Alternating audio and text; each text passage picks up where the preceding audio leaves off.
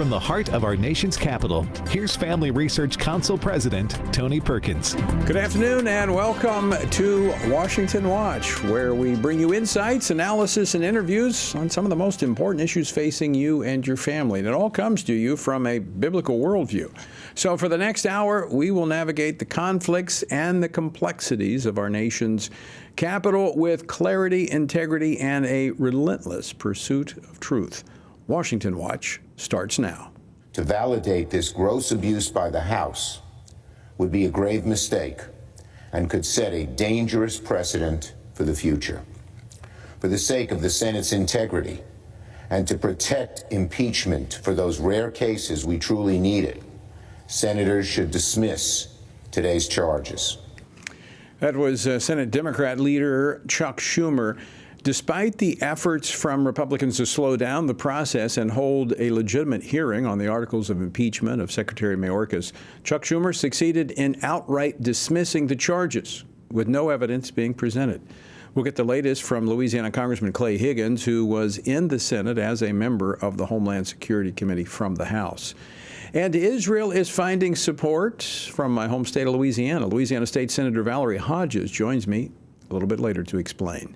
But the question is, will Israel get support from the Biden administration on Friday when the United Nations Security Council is set to vote on a draft resolution that would admit the state of Palestine into the United Nations?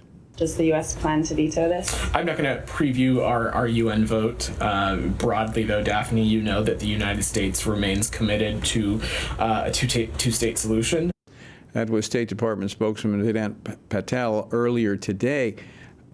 This is outrageous. The fact that they would reward Palestine, Gaza, Hamas with statehood after what took place on October the 7th. We're going to talk about it. And this will be a long week for the House. House Speaker Mike Johnson has divided the Senate supplemental funding bill for Ukraine, Israel, and Taiwan into three separate bills, with a fourth bill that will include a number of measures, including border security. The Speaker says this is the only way he sees it possible to get critical funding and support to Israel. Now, a vote is expected on these bills by Saturday. We'll talk about it with Congressman Gary Palmer of Alabama a little bit later here on Washington Watch. Now, speaking of Ukraine, throughout the Russian invasion of Ukraine, Russian forces have not only targeted government officials and pro-Ukrainian activists for attack and torture, but also Christians. Mounting evidence shows that there is targeted torture of individual Christian pastors and believers. Russian troops have also damaged or wholly destroyed at least 630 churches. Pavlo Uligin, former member of the Ukrainian parliament, will join me here in studio to give us more details. The website, TonyPerkins.com. If you're on Twitter, it is @TPerkins. Chuck Schumer made the Senate look like a kangaroo court, dismissing the articles of impeachment against Homeland Security Secretary Alejandro Mayorkas without even hearing the evidence of the impeachment from the House. We're going to hear in just a moment from Louisiana Congressman Clay Higgins, a member of the House Homeland Security Committee who was in the Senate for the hearing. But the House is presently holding votes, so we're going to be it's going to be a interesting program as we're going to be hearing from House members by phone from the House chamber. But I'm going to first go to Victoria Marshall, Washington Watch reporter who has been tracking today's impeachment hearing. Victoria, welcome to Washington Watch. Give us the latest from Capitol Hill. Yeah, Tony, thank you for having me. Well, there was no surprise that the Senate tabled the motions or the articles of impeachment against Homeland Security Secretary Alejandro Mayorkas. I mean, the Senate Democrats own the chamber, and in order to dismiss those articles of impeachment, they just needed a simple majority vote. So that is what happened over the course of the afternoon. Now, there were several votes that were taken. The Republicans used a lot of parliamentary maneuvers to try to slow the process down, but it appeared the vote was the same every time. Yeah, I mean, the Senate, all you need is a simple majority to dismiss those motions that Republicans were trying to delay the vote until later in the month or in May, and that simply did not work. I mean, Chuck Schumer was intent on dismissing these articles of impeachment today, and he did so.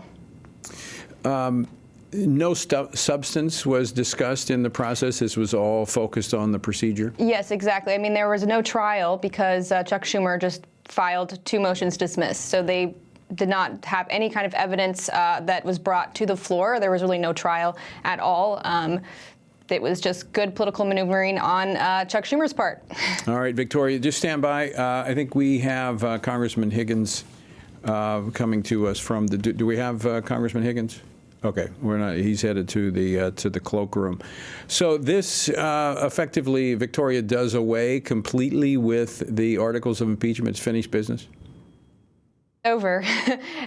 Basically, Chuck Schumer, he did not believe that there was enough evidence to impeach Mayorkas because he did not meet the standard that the Constitution sets out for impeachment of high crimes and misdemeanors. So that was his argument in filing these motions. And a lot of Democrats obviously agreed, and even some constitutional scholars on the right as well.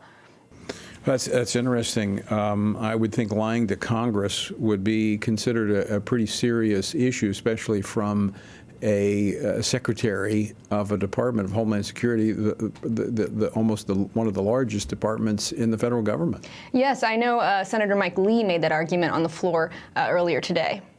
All right. Well, stick around, Victoria, because we're going to come back to you regarding the United Nations vote coming up on Friday.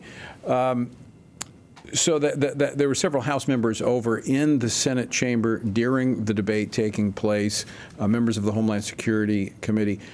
Clay Higgins of Louisiana was one of those members. Do we have Congressman Higgins?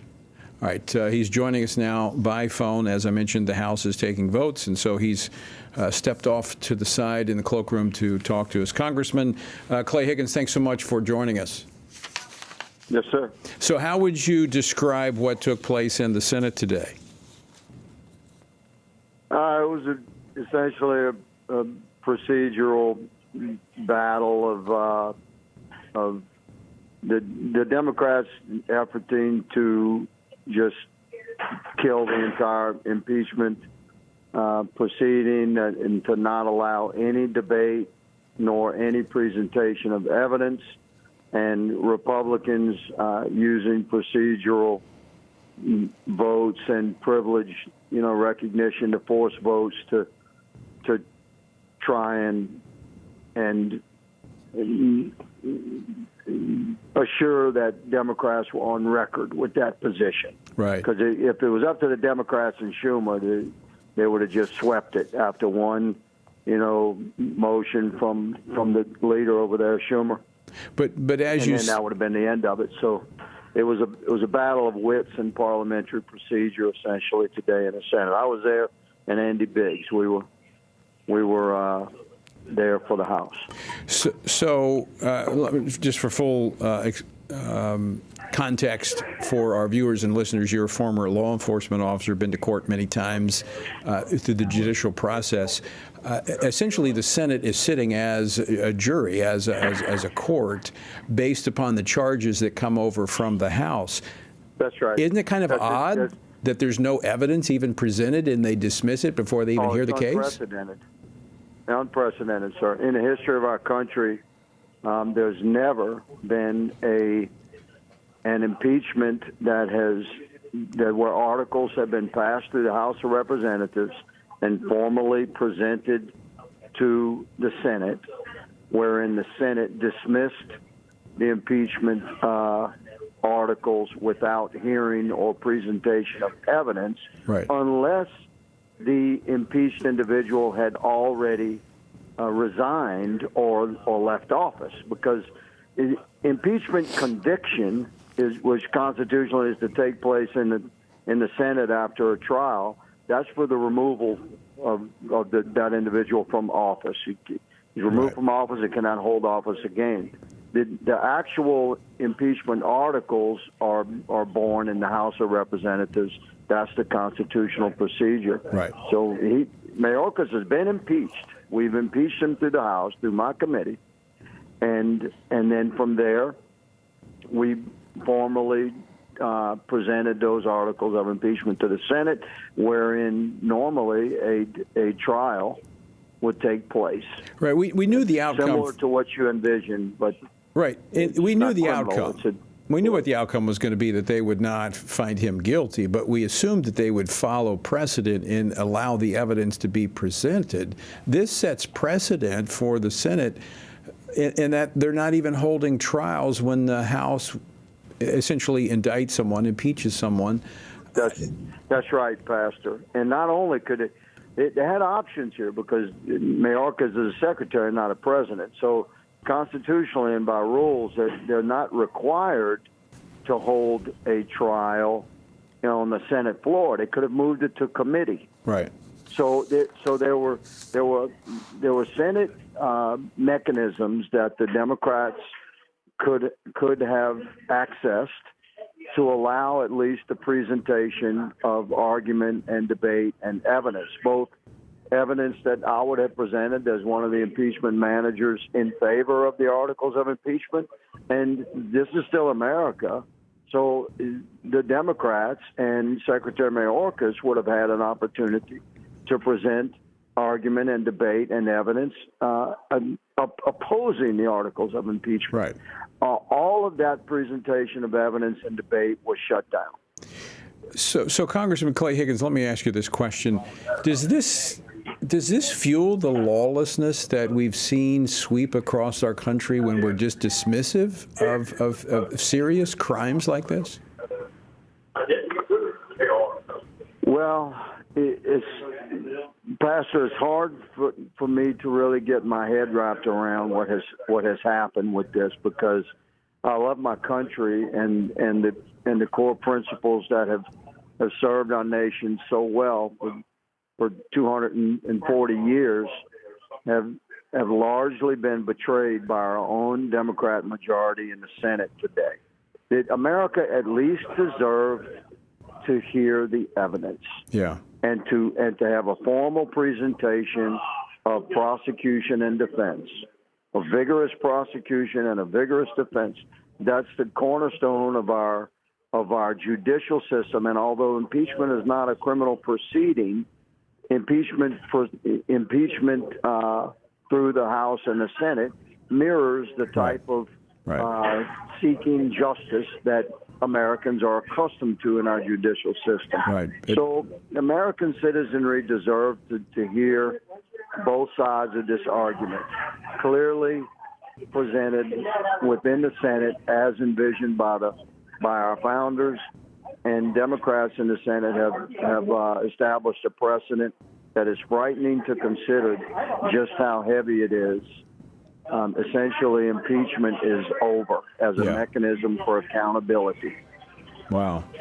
Congressman Clay Higgins, I know you have to go vote. I want to thank you for taking time to step off the House floor to talk with us and give us your insights from the Senate chambers from today. Thanks so much. Yes, Pastor. It's wonderful to speak to you. God bless you, sir. All right. America will make it because we are an anointed nation. Thank you, sir. All right. Congressman Clay Higgins of Louisiana, good friend. We need to be praying. This is... at least they could go through the motions. We knew what the outcome would be with the majority of Democrats. They would not vote to find Mayorkas guilty of the articles of impeachment, but they didn't even go through the process. All right, folks, don't go away. We're coming back with more Washington Watch.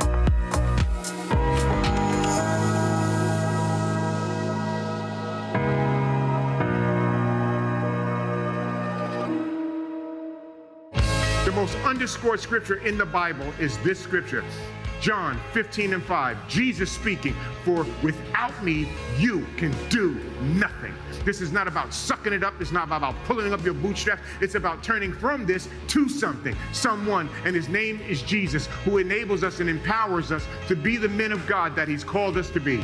Brothers, listen to me. You have been endowed with authority from heaven to put your hand up against all of the forces of darkness that is coming against you and against your household. And if you will use that rightful authority, God himself will stand in back of it. God has given you, as the parent, as the father of your children, the responsibility and the authority to teach your children. You are not to outsource that to your wife or to your pastor. You are the spiritual leader of your home. You will never be faithful in serving your calling if you're not faithful in your family relationships. It just won't happen. I don't need entertainment. I don't need opinions. I don't need a soft message. I need the Bible. I came to hear the Word of God today. That's what we need today, the Word of God.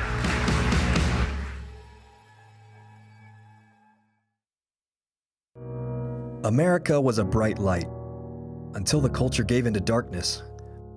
But we won't. We're in a battle for the soul of our nation, between right and wrong, between truth and lies. At a time when the mainstream media is blocking Americans from truth, millions are searching for a source of trustworthy news that shines a light in the darkness. At this time of great need, FRC is lighting the way forward. For 40 years, Family Research Council and its partners have stood together to advance and defend biblical truth in government and culture. Between our flagship broadcast program, Washington Watch with Tony Perkins, to our news outlet, The Washington Stand, FRC is providing believers across the country with news they can trust from a biblical worldview. When you stand with FRC, you help light the way forward for America and the next generation. Go to frc.org/give.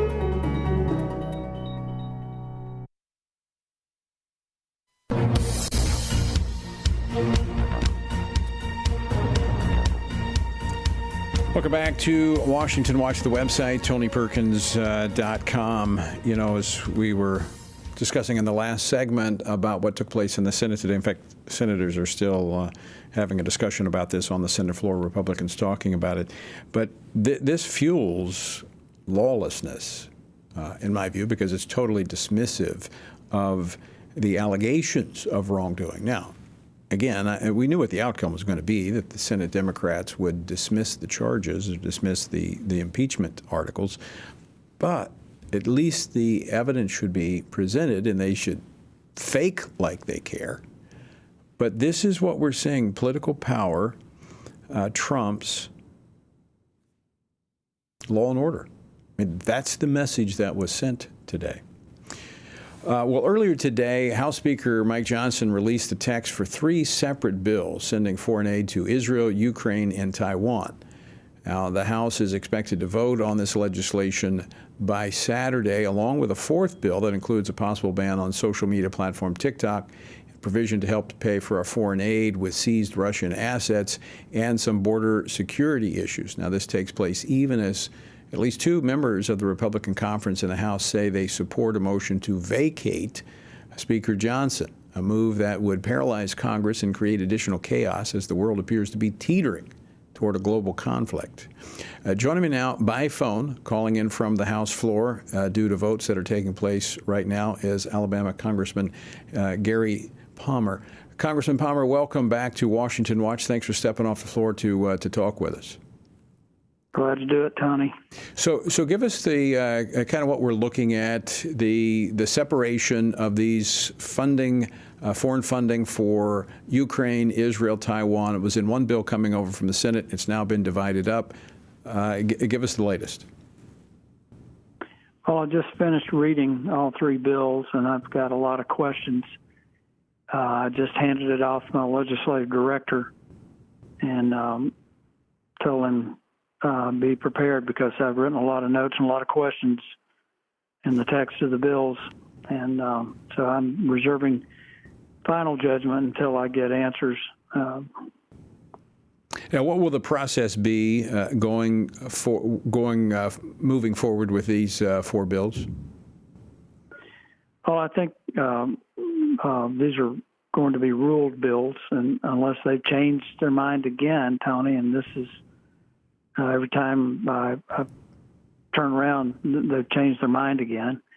but they're supposed to be ruled bills, which will make them subject to a vote on the floor to approve the rule. And I have some concerns as to whether or not that rule will pass.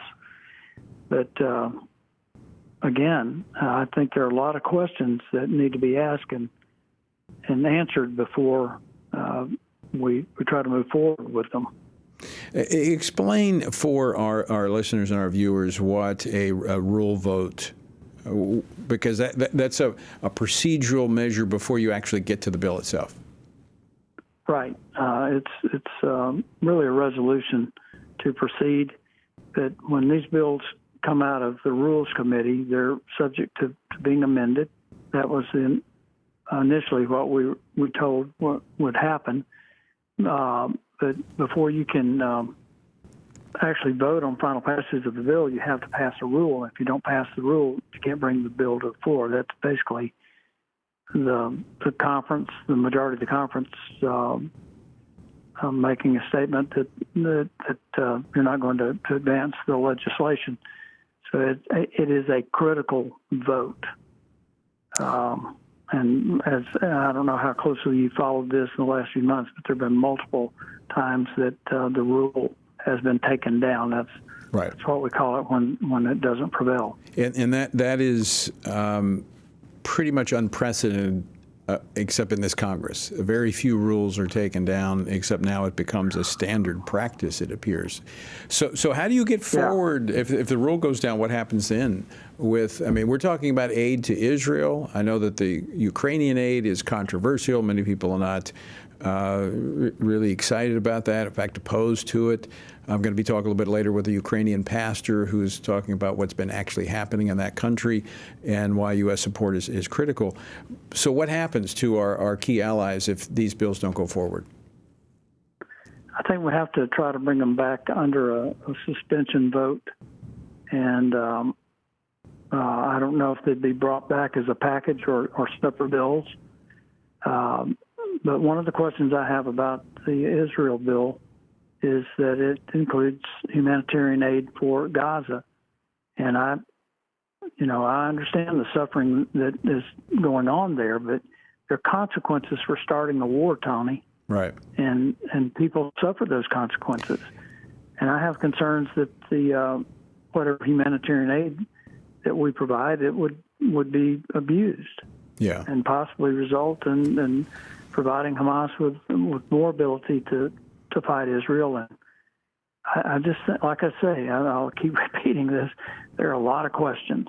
Mm-hmm. We just got a couple minutes left, and I know, as I said, votes are taking place. The issue of the motion to vacate coming back up this week with Congressman Thomas Massie of Kentucky talking about joining with Marjorie Taylor Greene.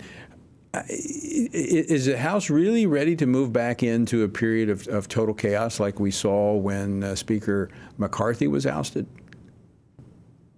I hope not, and I was really proud of how Speaker Johnson responded to that, because he was basically given the option of moving all this legislation through and then doing what Boehner did and resign, or face vacating the chair again, and he stood his ground. I'm very proud of him for doing that. But this is self-defeating. It's so destructive of what's in the best interest of the country.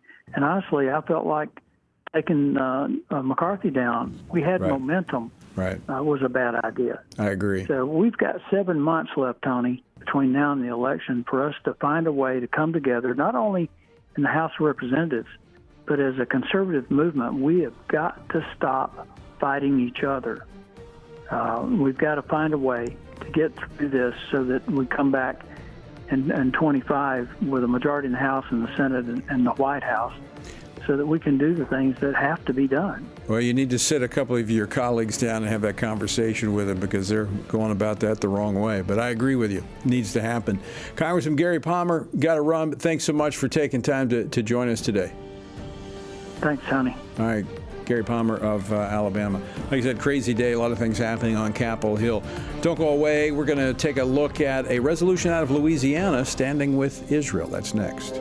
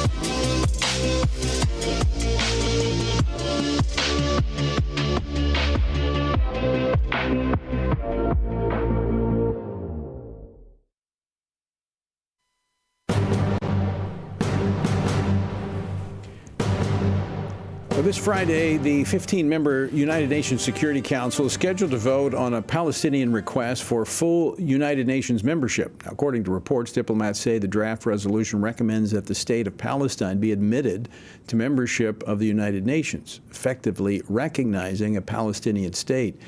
Joining me now with more information on this is Washington Watch News reporter Victoria Marshall. Victoria, welcome back. Thank you for having me again. All right, so give us kind of the lowdown of what we're expecting on Friday. Yeah, so the UN Security Council will be holding a vote on Friday on whether or not Palestine should be a full member of the UN. Currently, it is a non-observer, non-member state. And what we expect to happen is the U.S. will veto it, and Palestine will not become a member of the UN. The U.S. does not want that to happen because effectively the resolution would be a recognition of Palestine as a state, and the U.S.'s foreign policy kind of position on this is that both Israel and Palestine should have direct negotiations with a two-state solution to be accomplished, not the UN.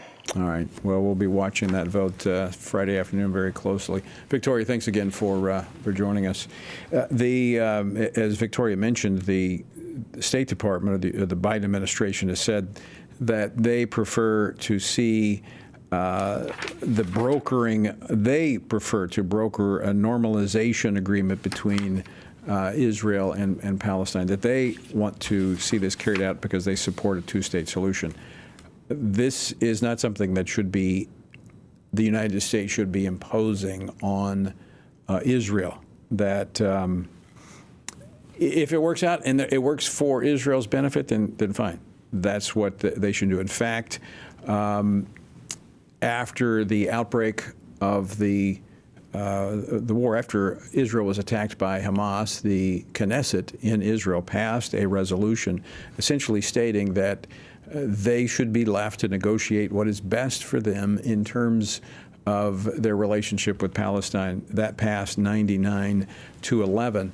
Well, this effort is getting picked up elsewhere. In fact, earlier today, the Louisiana State Senate Committee on Commerce, Consumer Protection, and International Affairs advanced a resolution urging the U.S. Congress to support the nation of Israel following the October 7th attacks and allowing them to determine their future. Joining me now to explain this resolution, Louisiana State Senator Valerie Hodges, who introduced this legislation. She represents the 13th District of Louisiana. Senator Hodges, welcome to Washington Watch. Thank you. Thank you, Tony. I appreciate it. So tell us about your resolution and what it would do. Well, what it does, it expresses support for the nation of Israel. And this year I did a resolution. I've done a resolution supporting Israel every year for the last 13 years. But this year, in light of world events and what we're seeing happen in Israel, the language needed to be stronger. And we're urging and requesting Congress to do everything possible to root out Hamas and to support Israel, get them whatever they need. And we just want our president, we want Congress to hear us. We want to support Speaker Mike Johnson in his efforts and the decision that he's facing. And so the language was very specific about what Hamas did on October 7th. And it was atrocious because not only was it a military campaign, but against civilians and women and men and children. And that just should never have happened. But it is happening. Unfortunately, things are escalating. And what we want to send the message from Louisiana to our Congress is that we support Israel. We stand side by side with Israel, and we need to do everything we can to support that nation. The resolution passed out of committee today. Is there any opposition to it? No, there was no opposition at all. We had there were two amendments. One of the amendments that was offered was they didn't like the word exterminate Hamas. So I allowed an amendment to say root out Hamas. And the other one, another member wanted to put an amendment expressing condolences to the innocent Palestinian civilians who have been slaughtered as well by Hamas. So those were the only two amendments. And I feel like it's going to pass as a whole. Our legislature supports Israel, and I have no doubt it's going to pass. So next, and we need, and I'm actually, Tony, I'm thinking about asking the president if we can suspend the rules. I feel such an urgency to do this and get this message to Congress. We need to get this through the Senate as soon as possible and get this transmitted to Israel and to Washington, D.C., and to President Biden. Now, is there a House version as well, or is it just the Senate version? It's just the Senate version. All right. So next thing, Senate floor, its approval, and I'll be looking for that maybe coming up here to Washington. I'll be looking for it. Okay, great. All right. Well, thank you so much. All right, Senator Valerie Hodges, thank you for speaking out on behalf of Israel. Always great to see you. Thank you. Good to see you too. Bye. All right. Well, folks, you can do your part. You can pray for and stand for Israel as we do, as we're planning to do that on May the 19th with a Pray For and Stand With Israel Sunday. On May the 19th, you can find out more about that. Simply text the word Israel to 67742. That's Israel to 67742. You can sign the pledge to pray, and churches can let us know if they're going to host an event on that Sunday to pray for Israel. And by the way, if you're interested, if you are a state legislator or you know one, I would like to introduce a resolution similar to that Senator Hodges has introduced. Just email me, tony@tonyperkins.com. All right, after the break, a Christian leader from Ukraine is in Washington this week. He's going to join me in studio to share about the targeted persecution and torture of Christians in Ukraine at the hands of the Russians. We've been hearing different stories, a lot of propaganda coming out of the Russian propaganda machine, trying to confuse and muddy the waters. I'm going to talk with a former member of the Ukrainian parliament and Christian evangelical leader. That's next.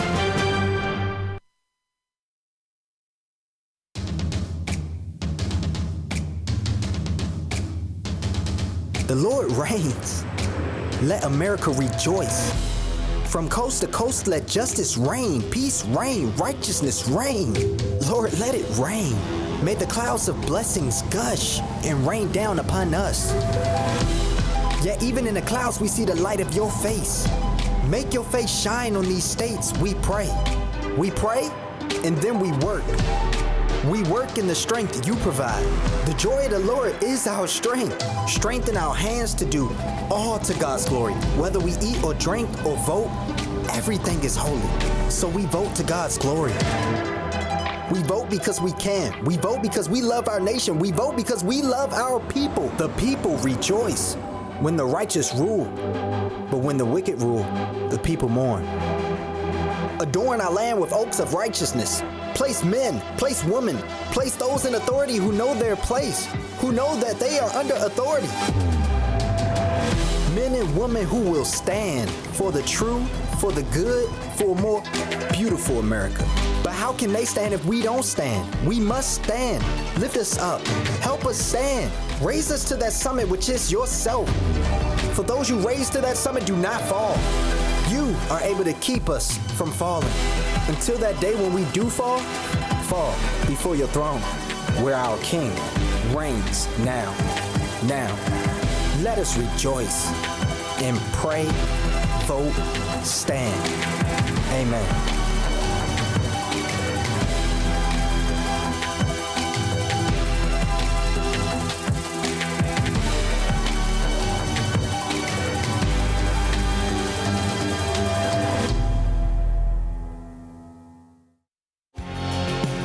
Jesus said in John 15, "These things I have spoken to you, that my joy may remain in you, and that your joy may be full." In 2024, in these divided and uncertain times, how can this be possible? By abiding in Him through His Word. At Family Research Council, we want to help you do that, which is the reason for the Stand on the Word Bible reading plan. In just 10 to 15 minutes each day, you will have read the entire Bible in just 2 years. But more importantly, you will be abiding in Him daily. Find our Bible reading plan at frc.org/Bible and join Tony Perkins each weekday for a 10-minute devotional inspired by the daily reading and designed to encourage you on this journey through the Bible. Listen on Apple Podcast, Spotify, and YouTube. And remember, the grass withers and the flower fades, but the word of our God will stand forever.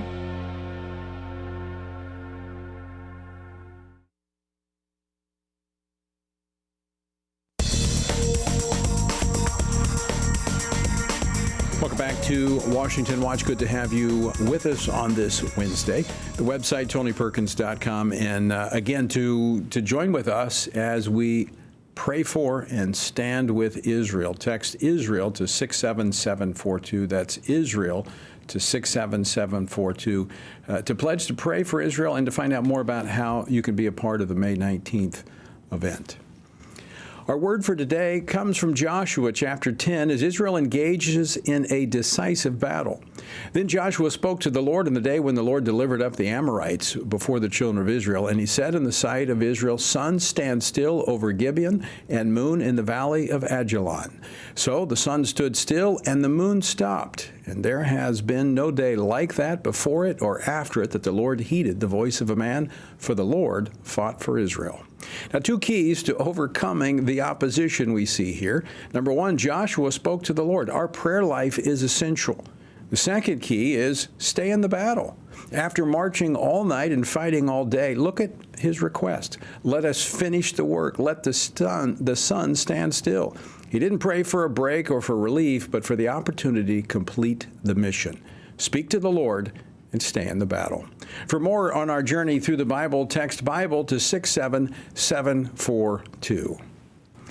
Well, according to an article in the Washington Post today, a leaked classified document from the Russian Foreign Ministry confirms what many have claimed Russia has been engaged in. Quote, Russia is seeking to subvert Western support for Ukraine and disrupt the domestic politics of the United States and European countries through propaganda campaigns supporting isolationist and extreme policies, end quote. Well, for those who have been listening and watching for a while, you've heard me say I'm skeptical of what is happening in Ukraine. But as I've watched the Russian propaganda machine, which, by the way, some conservatives, prominent conservative media figures, have swallowed hook, line, and sinker, being pulled all the way into Russia. Now, I have a little experience with Russia, okay? And I know they're bad actors.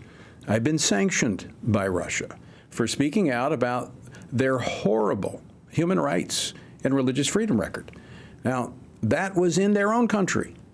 But now, reports are coming out of Ukraine that Russian propaganda are trying to distort or hide what's actually happening there. They're creating this propaganda that Ukrainians are persecuting Christians when, in fact, the reports show that they are.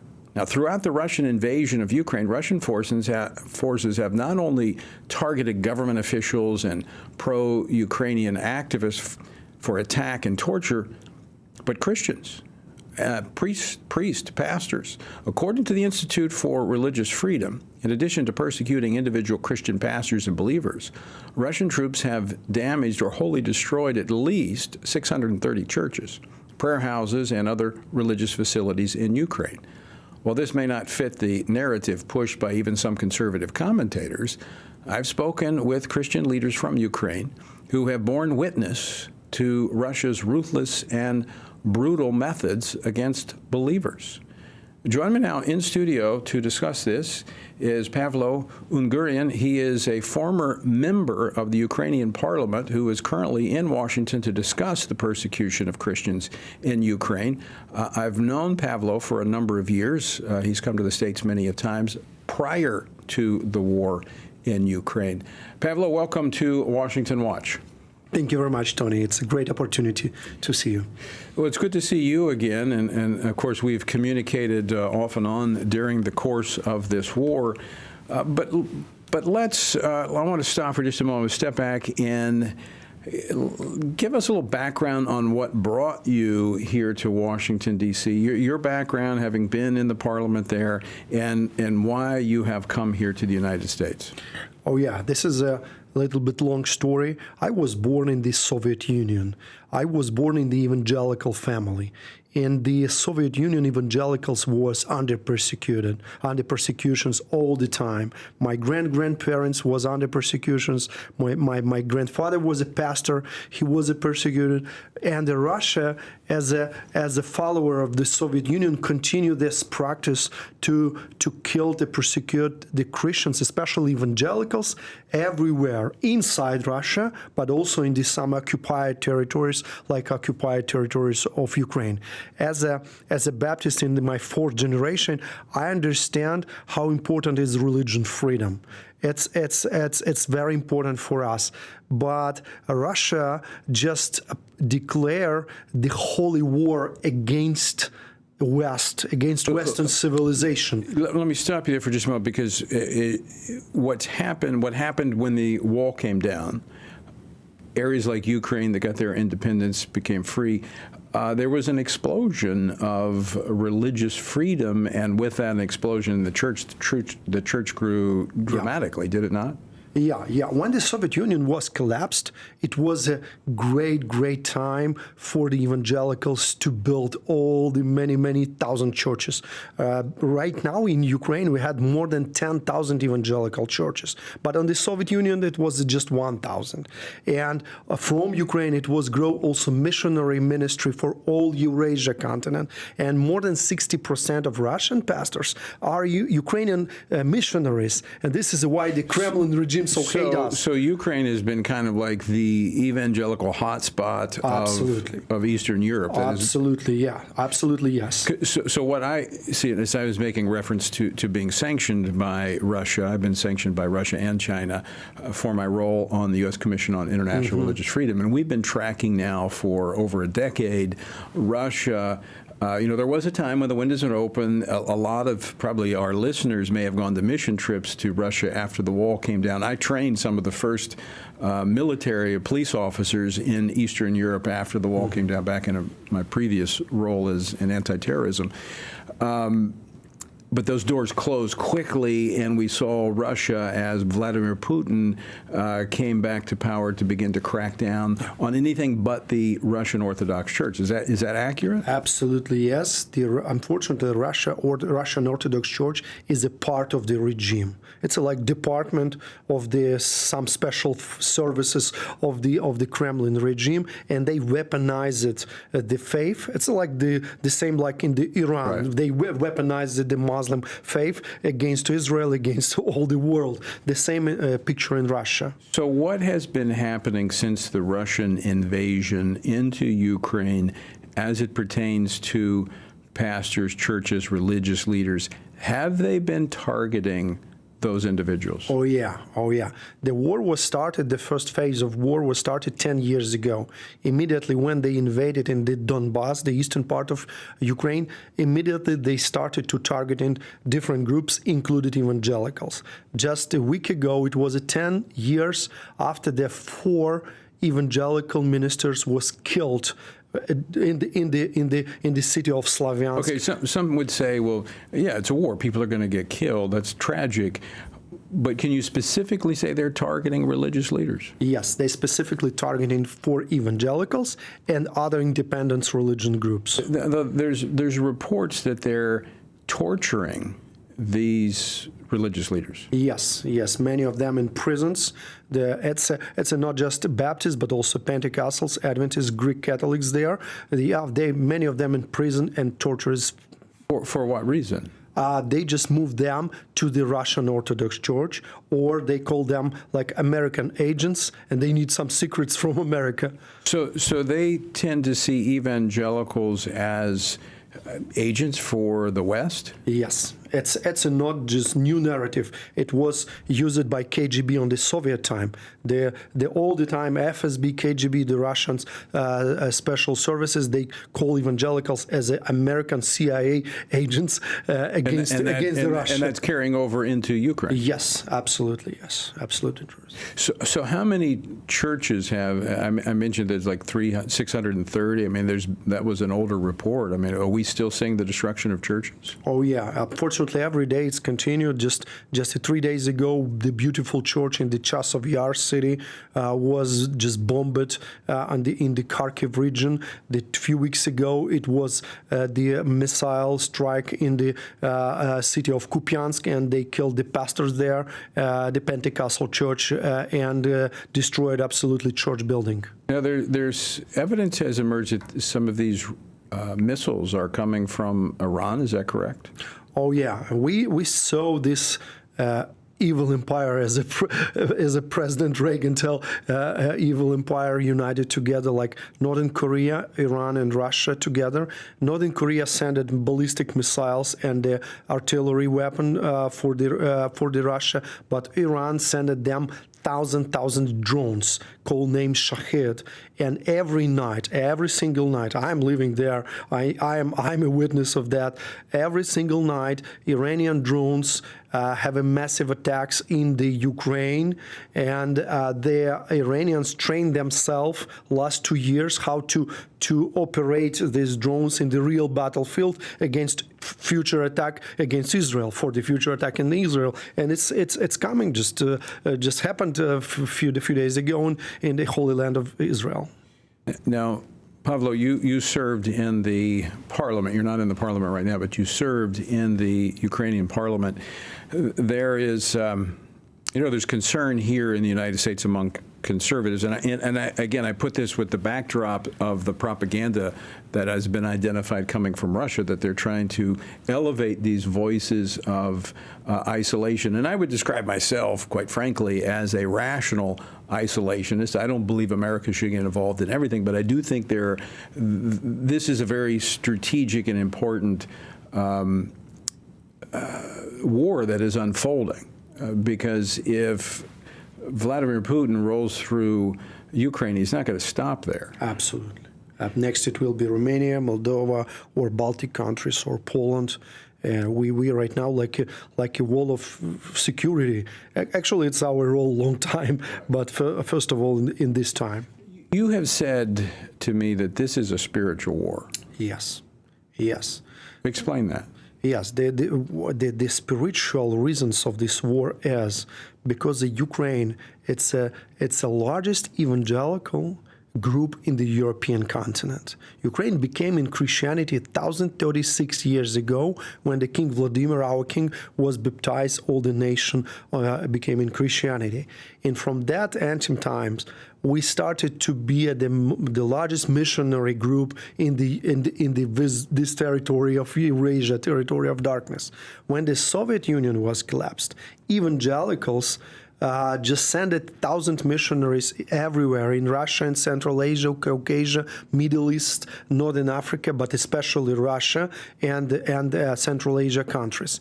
And we absolutely understand how evil hates Ukraine, because no one former Soviet republic do not have the same numbers of evangelicals and Christians. Just Baptists, just one denomination, have more than 50 seminaries to preparing to train the missionaries for this mission work.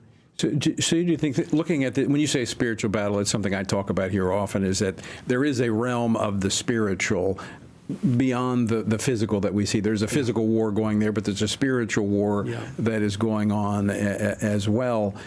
Do you think speak to this issue of these allegations of corruption, and that's why there are some in Congress that do not want to send any more money to Ukraine.